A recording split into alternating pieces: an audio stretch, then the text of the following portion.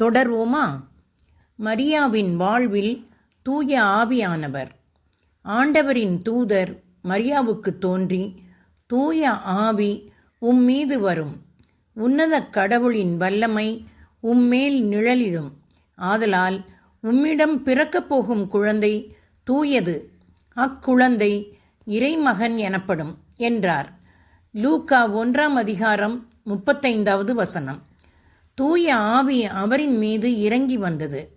கடவுளின் வல்லமை அவரின் மேல் நிழலிட்டது. அவர் கடவுள் நம்மோடு என்று பொருள்படும் இம்மானுவேலை பெற்றெடுத்தார். மரியா ஆண்டவரின் தாயானார். லூக்கா 1:43. மரியா தூய ஆவியினால் மிகவும் நிரம்ப பெற்று யூதேயா மலை நாட்டில் உள்ள ஓர் ஊருக்கு விரைந்து சென்றார். அங்கு சென்று எலிசபெத்தை வாழ்த்தினார். எலிசபெத்தும் திருமுழுக்கு யோவானும் தூய ஆவியால் ஆட்கொள்ளப்பட்டனர். மரியாவின் வாழ்த்தை எலிசபெத்து கேட்டபொழுது அவர் வயிற்றில் இருந்த குழந்தை மகிழ்ச்சியால் துள்ளிற்று. எலிசபெத்து தூய ஆவியால் முற்றிலும் ஆட்கொள்ளப்பட்டார். லூக்கா 1:41.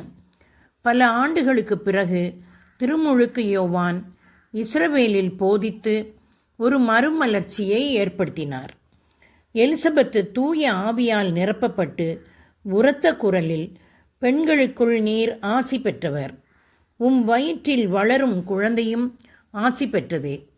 மேலும் என் ஆண்டவரின் தாய் என்னிடம் வர நான் யார்? லூக்கா 1:43 என்று கூறினார். இது எதை காட்டுகிறது? மரியாவும் எலிசபெத்தும் தீர்க்க தரிசன அபிஷேகத்தால் ஆட்கொள்ளப்பட்டிருந்தனர். எலிசபெத் கூறி முடிந்ததும் மரியா கூறியதாவது, என் ஆன்மா ஆண்டவரை போற்றி பெருமைப்படுத்துகிறது. மீட்பராம் கடவுளை நினைத்து என் மனம் பேருவகை கொள்கிறது. இது முதல் எல்லா தலைமுறையினரும் என்னை பேறு பெற்றவர் என்பர். லூக்கா 1:46-48 வரை.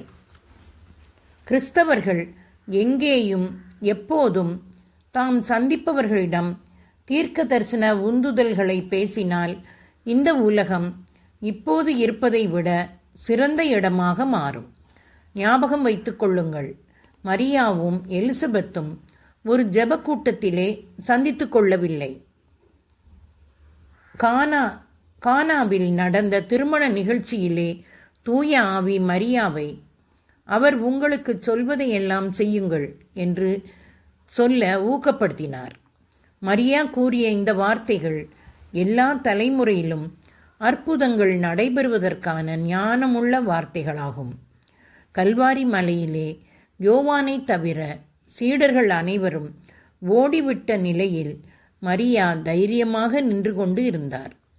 ஒரு தாய் தனக்கு முன்னால் தன் மகன் கொல்லப்படுவதை பார்ப்பது மிகவும் கடினமான காரியமாகும்.